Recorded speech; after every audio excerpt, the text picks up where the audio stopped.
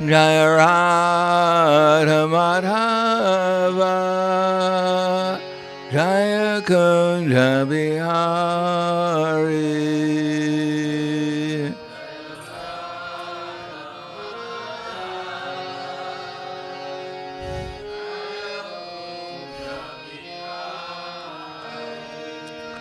Jaya Radha Madhava Jaya Kunja Bihari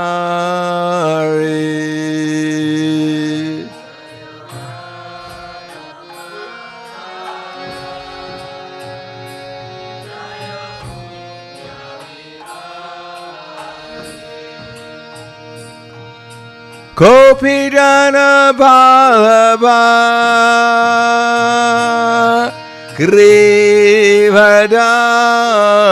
Grivadari Jaya Grivadari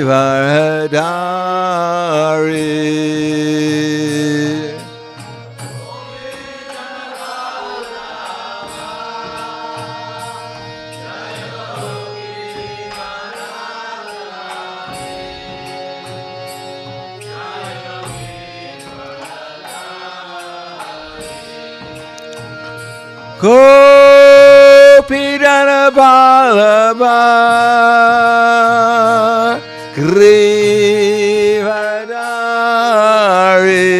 Grivadari Jaya Grivadari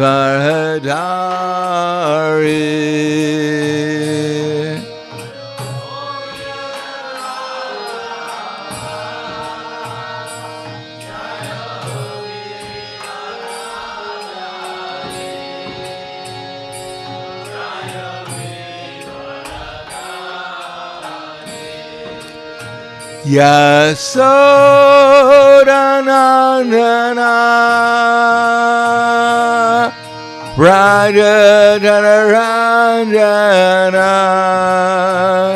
Jaya Raja Janaranjana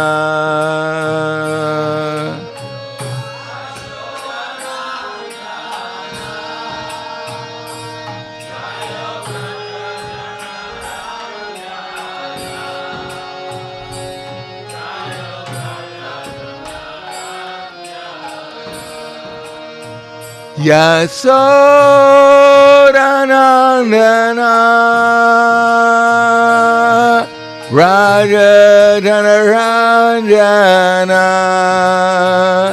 Jaya Raja Janaranjana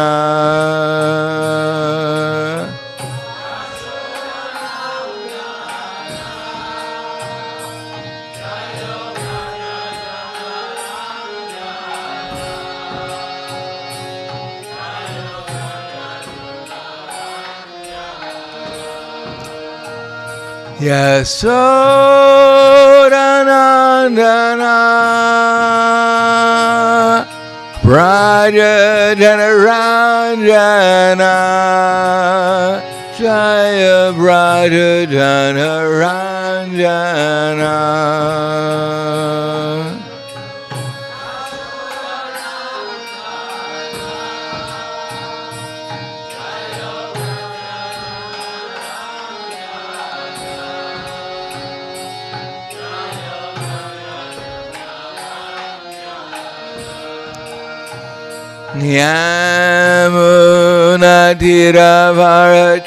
Yamunatiravarachari Jaya Kunja Bihari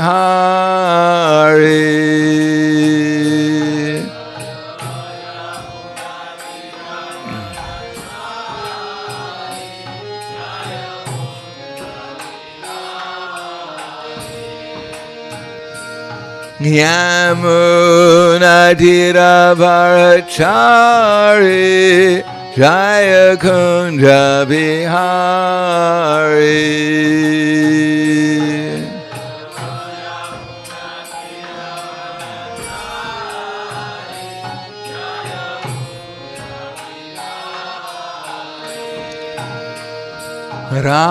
Radha Madhava Jaya Kunja Bihari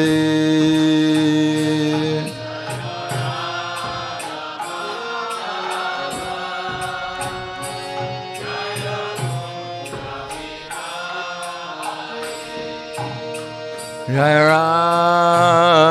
Radha Madhava Jaya Kunja Bihari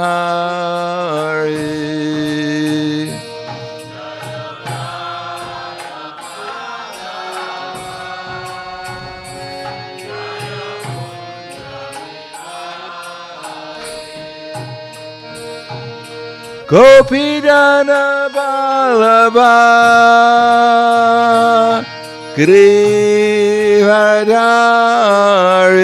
Grivardhari Jaya Grivardhari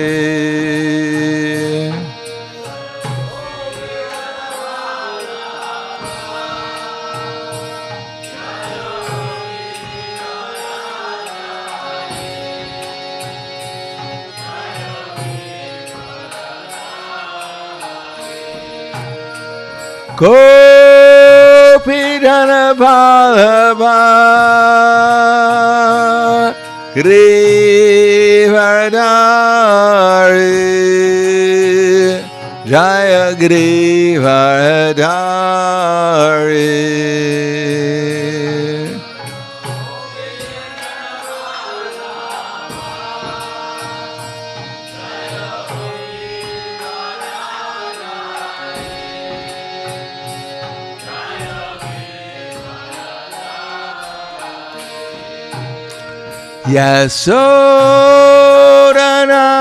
Yasodanandana Raja Janaranjana Jaya Braja Janaranjana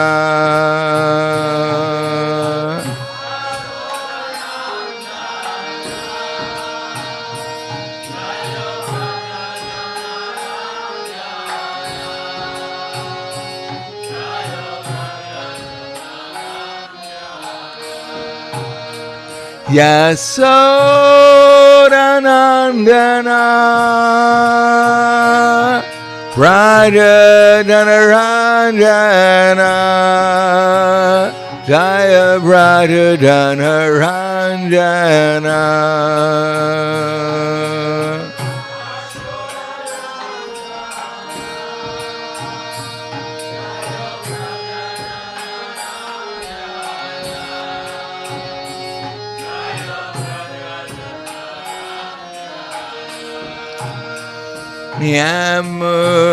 Yamunadira Varachari Jaya Kunja Bihari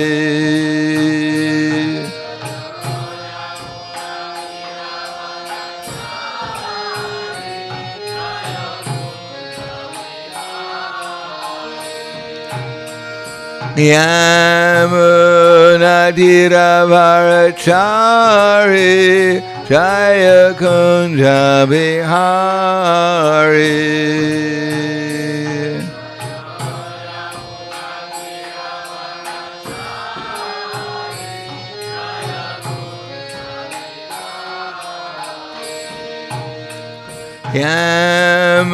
Yamunadira Varachari Jaya Kunja Bihari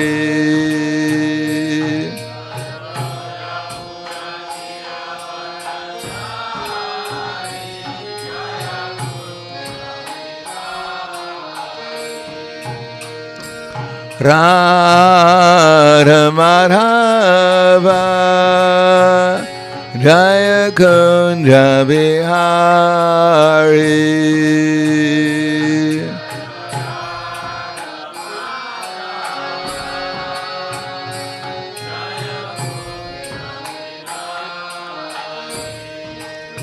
Jaya Radha Madhava Jaya Kunja Bihari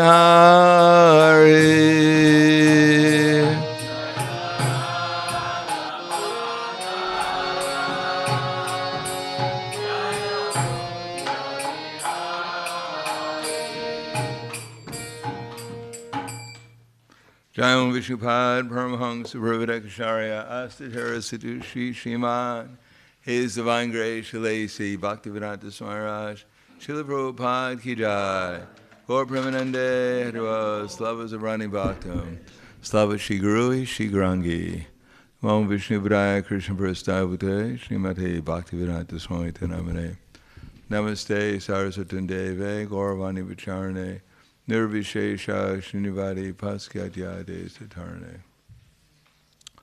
Om Agyana Timanandasya Gananjana Salakaya Chaksur Militam Yena Tasmai Shri Guruve Namaha Shri Chaitanya Manobishtam Stapitam Yena Bhutale Swayam Rupa Kadamahayam Tadati Swapadantikam Pandeham Shri Guru Shri Uta Parakamalam Shri Gurum Vaishnavam Scha Shri Rupam Sagrajatam Sahagana Raghunatam Vitam Tam Sajivam Sadvaitam Savadutam Vrajana Saitam Krishna Chaitanya Devam Shri Radha Krishna Padan Sahagana Lalita Shri Visakans Vitam Cha Hey Krishna Karna Sindhu Dinabando Jagatpate Gopesha Gopika Kanta Radha Kanta Namostute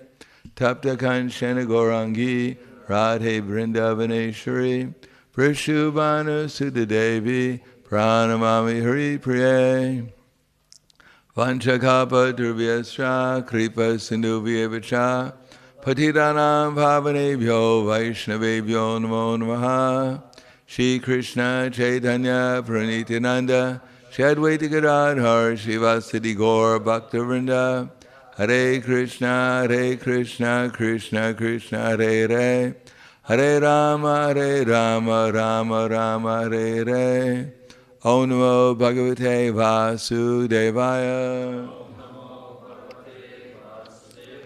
Om Namo Bhagavate Vasudevaya Om Namo Bhagavate Vasudevaya.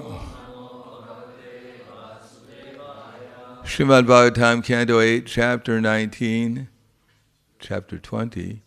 Bali Maharaj surrenders the universe, and we're going to start with text 1. We have the summary here. I'm just going to read the first paragraph of the summary, which is a summary of the summary. That way, you'll get the summary of the summary. The summary of the 20th chapter is as follows. Despite his knowledge that Lord Vamanadeva was cheating him, Bali Maharaj gave everything to the Lord in charity. Thus the Lord extended his body and assumed a gigantic form as Lord Vishnu. Any questions about that? Okay, now we'll read the first. Now we have surrenders the universe. Now we have another 34 verses to find out some of the details. Shri Shuguvacha Balir Evam Grihapati Kulacharyena Bhashitaha Tushnim Budva Shanam Rajan Uvacha Vahito Gurum Shri Shukuvacha Balir Evam Grihapati Kulacharyena Bhashitaha Tushnim Budva Shanam Rajan Nuvacha Vahito Gurum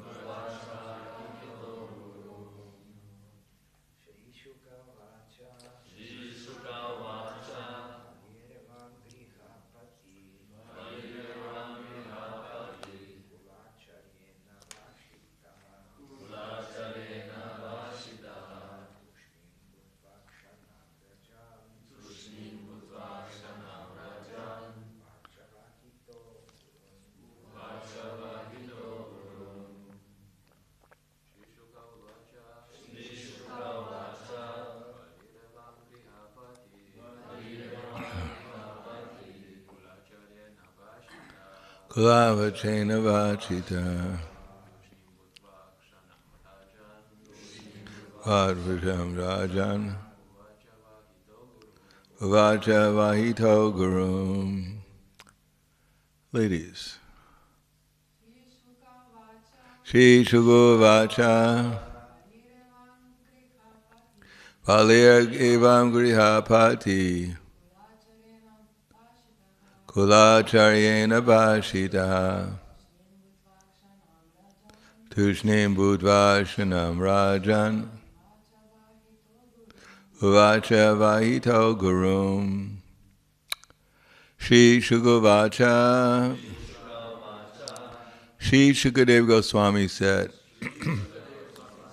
Bali Maharaj, Evam, thus, Grihapati, the master of the household affairs, although guided by the priests,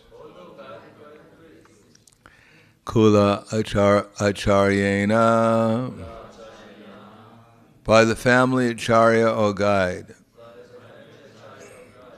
Pasitaha, being thus addressed, Tushnim, silent, Bhutva, becoming, Shanam, for a moment, Rajan, O king, Maharaj Parikshit, Uvacha, said, Vahita, after full deliberation,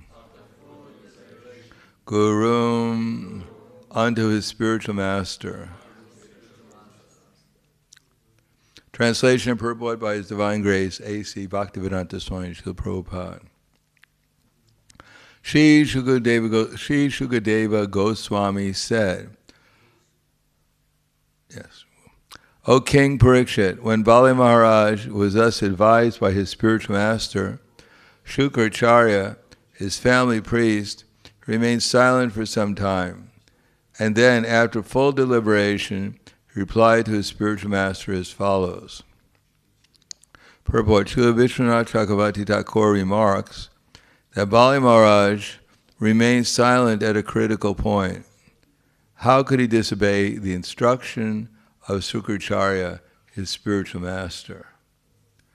It is the duty of such a sober personality as Bali Maharaj to abide by the orders of his spiritual master immediately, as the spiritual master had advised. But Bali Maharaj also considered that Shukracharya was no longer to be accepted as a spiritual master, for he had deviated from the duty of his spiritual master. According to Shastra, the duty of the Guru is to take his disciple back home, back to Godhead. If he is unable to do so, and instead hinders the disciple in going back to Godhead, he should not be a Guru. Gurur nasasyat, Bhagavatam 5.5.18. One should not become a Guru if he cannot enable his disciple to advance in Krishna consciousness. The goal of life is to become a devotee of Lord Krishna, so that one may be freed from the bondage of material existence. Tyaktva deham panarajanma naiti mam eti sorjana. The spiritual master helps the disciple attain this stage by developing Krishna consciousness. Now Shukracharya had advised Bali Maharaj to deny the promise to Vamanadev. Under the circumstances, therefore, Bali Maharaj thought there would be no fault if he disobeyed the order of his spiritual master. He deliberated on this point.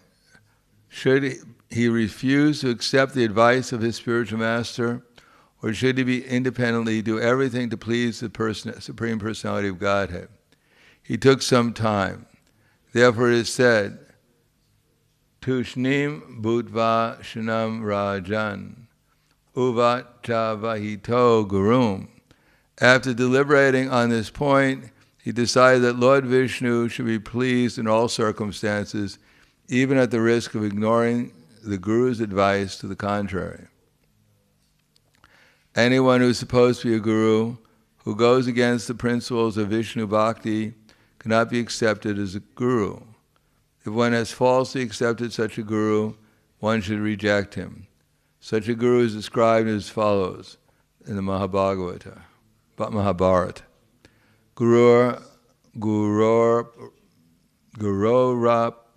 yavaliptasya karyam ajanata utpata pratipannasya parityago vidiyate. Srila Jiva Goswami has advised that such a useless guru, a family priest acting as a guru, should be given up, and that the proper bona fide guru should be accepted. Sat karma vipano vipro mantra tantra visharada avaishnavo gurur nasyat vaishnava swapacho guru. A scholarly Brahmin expert in all subjects of Vedic knowledge is unfit to become a spiritual master without being a Vaishnava. But if a person born in a family of lower caste is a Vaishnava, he can become a spiritual master. Padma Purana. Vam Vishnu Padaya Krishna Prasthaya Bhutale Srimate Bhaktivedanta Swami Ramane Namaste Saraswatundeve Gauravani Vicharane Nirvishesha Srinivadi Paskadyade Satarane.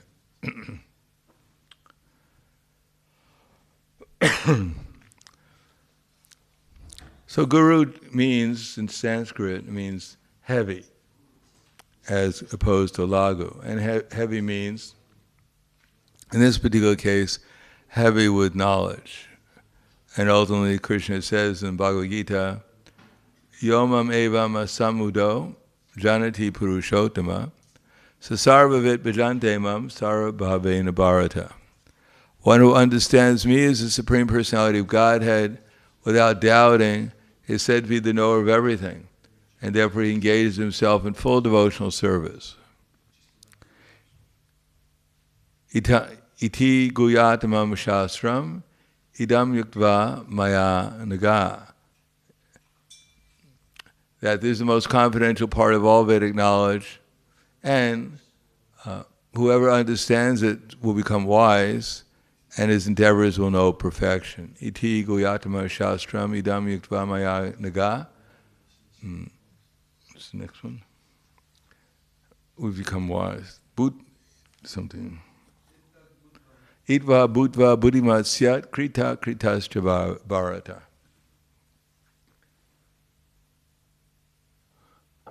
So, let me repeat that once again.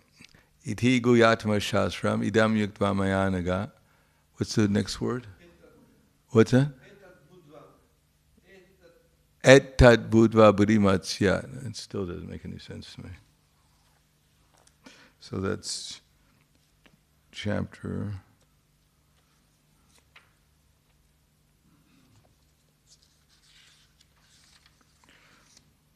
Buddhva. Yes. So, iti guyatama shastram idam yuktva mayanaga etat buddhva buddhimatsyat kritascha bharata. Anyone who understands, this is the most confidential part of all the Vedic knowledge, and whoever understands this will become wise, and his endeavors will know perfection.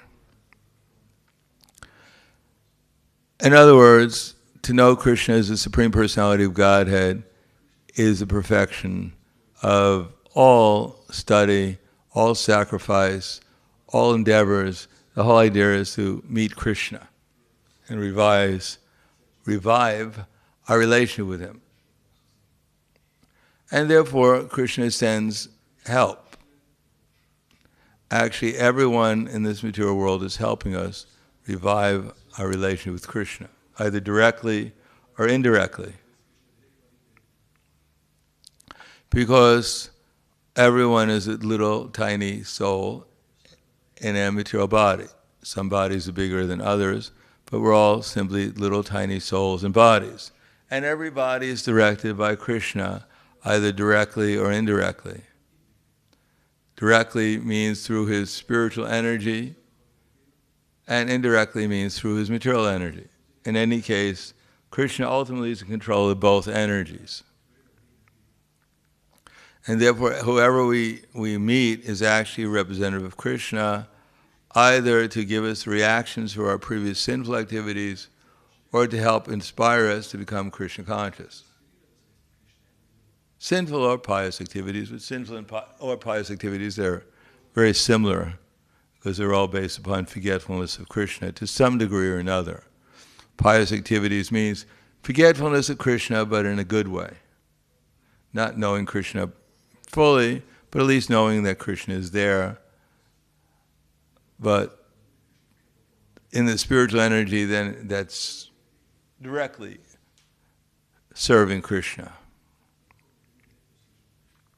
So Guru, Sadhu, Shastra, they're all supposed to be representatives of Krishna. And indeed, there are many varieties of Guru. As Maharaj Shabde said, Guru na sasyat, swajano na sasyat, pita na sasyat, swajano na sasyat. That one should not become a father, namochiyak yaksamupeti murtyu. One should not become a father, one should not become a mother, one should not become a worshipful deity, one should not become a husband, unless one is prepared to deliver one's relatives or one's associates from the path of birth and death. In other words, every single authority in this world has a duty to help, in some way or another, those that they have authority over progress in Krishna consciousness. And indeed, Chaitanya Mahaprabhu said, Yari Deka Tarikaha Krishna Upadesh Amar Aga Guruhana Tare Desh. That whoever we meet, then we should try to help them become Krishna conscious. That's our only duty. That's our only relationship. Now that may sound a little boring, that I only have one relationship with everyone to help them become Krishna conscious. But there's so many ways of doing it. But ultimately, unless we have that mentality, whatever we're doing is bad for us, because it'll put us more in illusion. And it's bad for the person that we're dealing with. We're not really helping them by maintaining their illusion, by their bodily and mental identifications, or even intellectual identifications, or their false ego. We're not really helping them get out of birth and death, which is the only purpose of human form of life. Now, we may think, well, how can a mother be a guru? How can the father be a guru? How can the relative guru nasyat swajano swanasyat pita nasyat? Oh, how can the husband be a guru?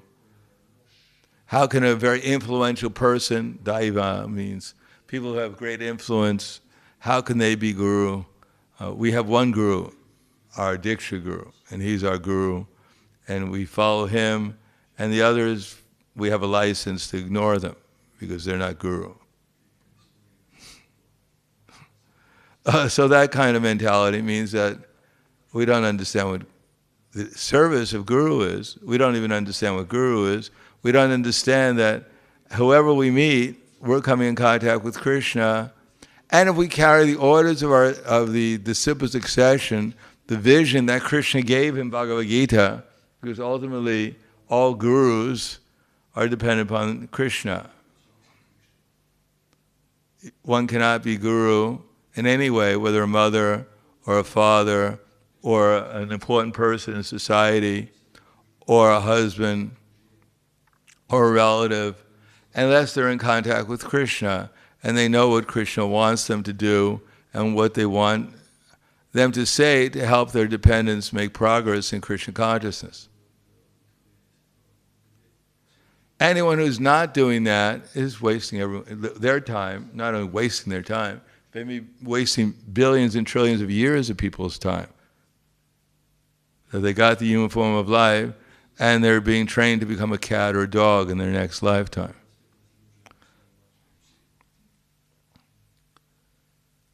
But out of the different kinds of gurus, those who are acting as a representative of Krishna in disciple succession, even amongst them there's variety.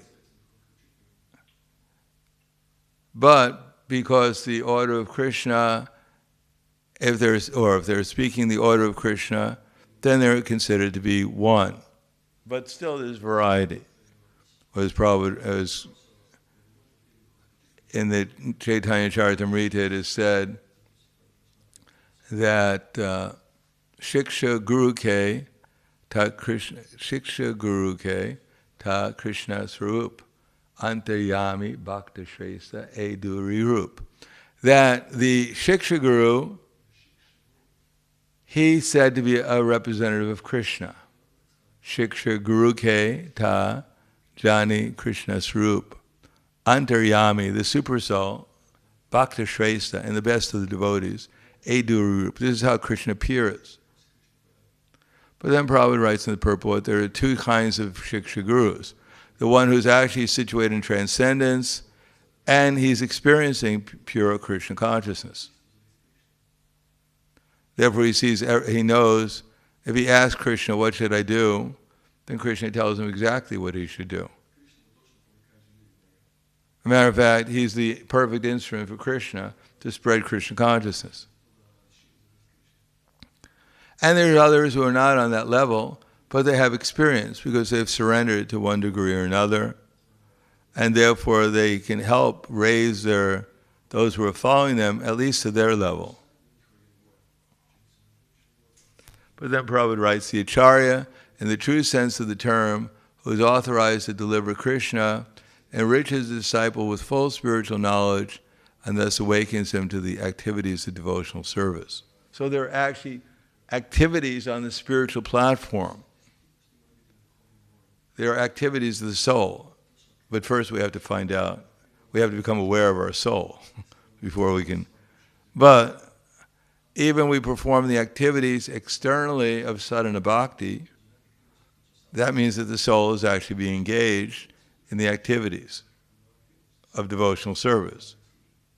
As much as the soul is surrendered and absorbing his mind with care and attention in the activities of devotional service, then the soul is engaged by his desires in pure devotional service, and Krishna reveals himself. One comes under the spiritual energy, Ladini Shakti, Chit Shakti, and one can experience what Krishna consciousness is. One can experience the sweetness of pure devotional service. Srimati Radharani, her associates, Krishna and his associates, they're unlimitedly sweet, and if we get a little bit of transcendental sweetness, then we get some idea of what devotional service is really about. It's about exchange of sweetness. Therefore, as much as we can understand that, as much as we realize that, as much as we convey it, as much as we can understand, to that extent we become instruments of Krishna. Now, on the other hand, everything depends upon faith. In the Vedic culture, people had faith. They had faith in their father, they had faith in their mother, they had faith in their husband, they had faith in their relatives, they had faith in important people in society, because the faith was earned. Because their father was actually a product of training by his father, etc. All the people in the Vedic culture, more or less, most of them in civilized society understood their duty to help people become Krishna conscious, to make progress towards that goal. And of course nowadays, the whole society is in ignorance. Practically speaking, 99.9% of the people are totally unaware of what their actual interest is and what their duty is. They think their duty is to make money and enjoy their senses. And that's it. They're more or less animals, or less than animals. Therefore, most people are disappointed because they're not being trained up how to become happy and peaceful. They're being advertised that if you get a good education and get a good job, then you can get all the opportunities for sense gratification. and by immersing yourself in sense gratification, you'll become happy. And people do that. They go through the whole process of trying to get the best job, the most money, and get the most sense gratification, and they wind up miserable. They wind up joining the Hare Krishna movement. Because it didn't work. Those who have some intelligence. Otherwise, they just suffer silently. Thinking everyone else is happy and that I'm actually the only one who's not happy. As a matter of fact, in America at least, the day when most people commit suicide is on Christmas Eve. To celebrate their Savior. That's because they're thinking, I'm miserable, no one loves me, but everyone else is happy with their family, and I'm the only one here suffering. And they think, well, what's the use of my life to suffer?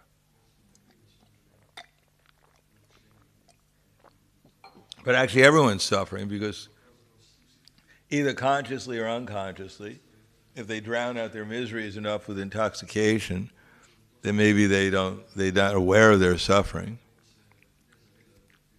But everyone is suffering to one degree or another because the soul is more or less not doing what it's supposed to be doing. If you were put into a room and you couldn't move, all the blinds were shut, there was nothing going on. After a while, you get a little bit frustrated. So because there's nothing going on in most people's lives spiritually, it seems like a whole waste of time. They try this and they try that, and nothing happens. And all their authorities, all their movie stars and sports heroes, they're more miserable than they are. So it's not the secret of success. They achieve their dream to get more money and more prestige, whatever else, than anyone else, and they're still more miserable than anyone else. They can't even maintain a relationship with anyone else. Therefore, faith in the words of Krishna is there, and therefore there's some system like initiation. But the job of the guru and initiation is to train the disciples to discover who their other gurus are. Who else is repeating the same message, coming in disciple succession, and how to properly serve those personalities, because by serving them, the message, it also includes serving the personalities, not just the message. Not that the messenger comes and you say, thanks a lot, but you appreciate the messenger also, because otherwise he's kind enough to deliver the message. If the postman comes and it has €1 million in the letter, you're happy to see the postman. Because he's giving you something valuable. You don't take the letter and then kick the postman in the butt. Get out of here. No, you appreciate he gave you something valuable. So similarly, it's the job of our business is bhakti, spreading love and faith. Faith in the process of bhakti. And therefore the business of everyone, whether initiating guru or shiksha guru or father or mother, whatever, is spread the appreciation for those who are giving the message of Krishna. Now, on the other hand, we shouldn't appreciate when they're not giving the message of Krishna. Therefore, one should also know from Bhagavad Gita and other Vedic literature what is the qualities of a devotee and what is the message of Krishna. Not that my shiksha guru is smoking cigarettes and there must be some devotional quality to it that I've yet to discover. He gives fantastic classes. He leads great kirtans. He just cools himself off a little with cigarettes, so maybe I should follow his example.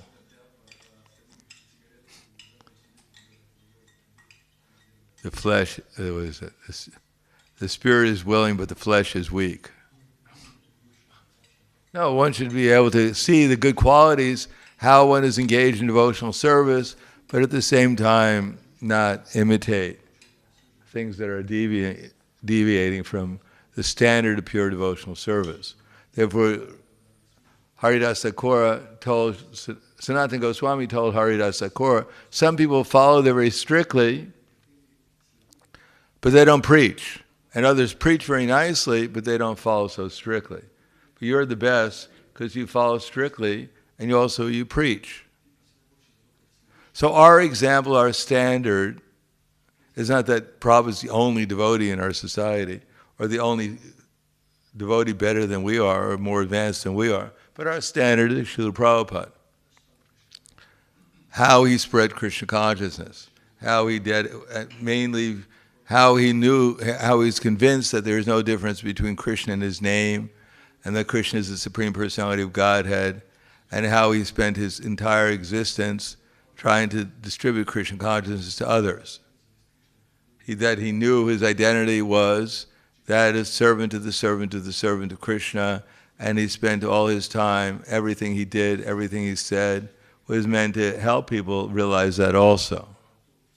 Through chanting the holy name offenselessly, realizing that there's no difference between Krishna and his holy name.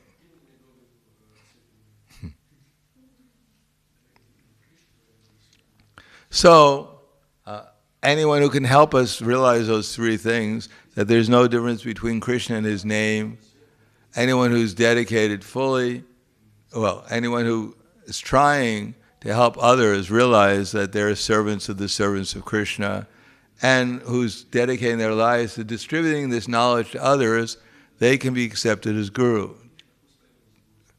And then Prabhupada also writes that they're strictly following the rules and regulations, which is a symptom of the fact that they accept themselves as a servant of the servant of Krishna. And they're always chanting at least the prescribed number of rounds, which means that they've accepted that to some extent or another, that Krishna and his name are non-different. And they're always trying to think about how to spread Krishna consciousness to others. That's their only business. So such a person should be accepted as a spiritual master, but that doesn't mean that his superiors give him, they're his superiors, they're supposed to ascertain to what degree the resources that he's receiving on behalf of those who are following him, how they should be overseen, how they're utilized. Otherwise, if one is not on the highest level and is given too much resources, one may misuse them and get into difficulty. Therefore, the standard again is one should, as it says, that one should accept an Uttama-adhikari as one's spiritual master. So it should be understood that Prabhupada is that Uttama-adhikari that everyone should accept as a spiritual master. Not blindly, but because his teachings pervade our society, and that whatever benefit any one of us get is because we're following those teachings. And because we follow those teachings, therefore we understand, those who follow those teachings gradually realize how Prabhupada was the perfect instrument for Krishna. And therefore in that way they're gradually accepting Prabhupada as the Uttama-adhikari. And if someone thinks that they're going to become an Uttama-adhikari without following Prabhupada, then we have to who are you following? Then you may try to follow someone else to become an Uttama-adhikari, the topmost devotee, but then you're in the wrong movement, that's all. There are many other Vaishnavas, there are other movements, and you should join them. But as far as effectively spreading Krishna consciousness around the world, no one was as effective and as efficient as Prabhupada. On the other hand, we ourselves have not been as effective as Prabhupada, nor as efficient as Prabhupada. And therefore we should be a little humble and realize that if there's any problem, it's not due to the fact that we haven't, figured out how to manage better, although that may be a problem too. But the real problem is we're not taking shelter of Prabhupada. So the more we take shelter of him, eternally, at least within this existence, then the more we'll advance in Krishna consciousness, because he was actually situated in pure Krishna consciousness, and he's our link to disciple succession of all the other acharyas, going back all the way to the six Goswamis and to the Panchatattva and getting their mercy of feeling separation. It's possible to do it without Srila Prabhupada, but as far as spreading a worldwide movement, which is part of Chaitanya Mahaprabhu's mission, no one has shown it to the degree that Prabhupada has, and therefore the best chance of going back to Godhead and getting the full mercy is to take Srila Prabhupada and his instructions and see how they're manifest in the activities of his followers and how they're manifested in the instructions of his followers too, and know that they're actually instruments for Prabhupada and for Chaitanya Mahaprabhu and his mission. So I'll stop there. Thank you. Any questions or comments? Yes. Hare Krishna, thank you for lecture. I was wondering, this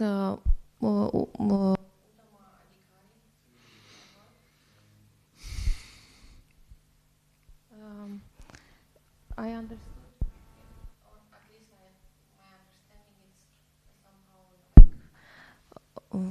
somehow Avaduta. No, you're wrong. Yeah. Well, they may be an avaduta, but that's not the symptom of an uttamadhikari, is there avaduta? No, uttamadhikari is, as I said, one who strictly follows all the rules and regulations. One who's a servant of Krishna. One who's realized that I'm nothing but a servant of the servant of Krishna.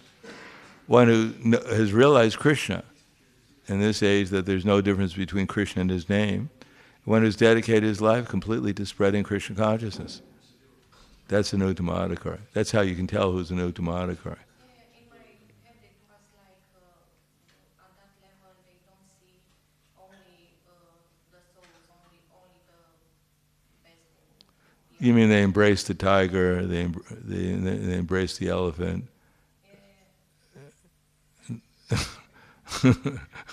No, they may be on that manifest themselves like that. That's what Krishna's desire is, because that's also possible. But they may manifest themselves as Srila Prabhupada. He didn't embrace tigers or lions. He came down to the second-class platform to preach Krishna consciousness perfectly. So they're perfect instruments of Krishna. They see like that, but they also, it's not that they don't see men and women. They also see that there's bodies called men bodies and women body. They don't think, oh, they don't see the body, they only see they see everything, but in perspective. Shukadeva Goswami was walking along after he came out of the womb of his mother, and he was a self-realized soul, so he passed by ladies who were naked bathing in the lake or the river, and they didn't cover themselves because they realized that he was innocent and he didn't differentiate between men and women. But then when his father, who was on the same level, passed by, they all covered themselves. So Vyasadeva said, well, why do you cover yourself? You know, I'm on the same level as my son. I'm also a liberated soul. But they said, no, you're a householder. Householders have to discriminate between men and women, otherwise how can they be a householder?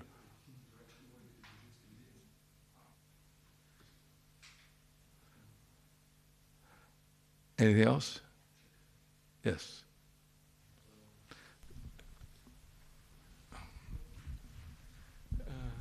Hare Krishna Maharaj. There are many cases when devotees need to live with authorities which are not Krishna conscious. So what? Really? What authorities are not Krishna conscious? Like father, mother, husband. Well, to some extent they must be Krishna conscious if they're human beings. You have to see to what degree they're Krishna conscious. Everyone is Krishna conscious. Otherwise, you know, Jesus Christ came, Lord Muhammad came to make civilization human, and some aspect is still there.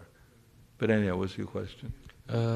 If you can give some guidelines how to associate with without, because they are false gurus, but still you have to. I don't think necessarily they're claiming that they're a guru. They're claiming that you're authority. They're your authority, and they taught you something.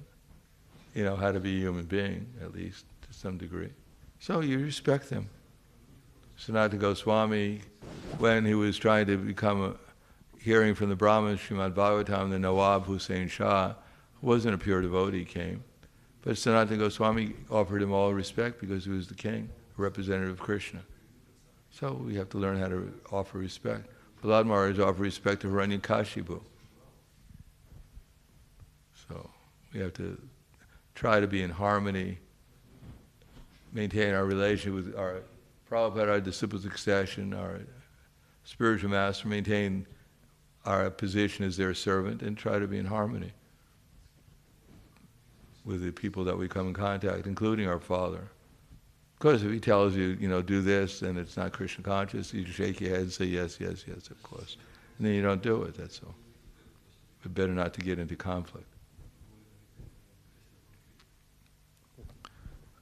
Anything else? I think there's some questions from Avaduta Rai Prabhu. Some say when one gets the mercy of Guru, there is no more need for great endeavor in doing sadhana. Is that true? No, it's ridiculous. That's the mercy of the Guru, is that you get more enthusiastic about your sadhana. When you actually see that the Panchatattva are there, they're persons. You want to get up before anyone else so you can see them first. You can do some service to them. Get more enthusiastic, not less. Anything else? One more.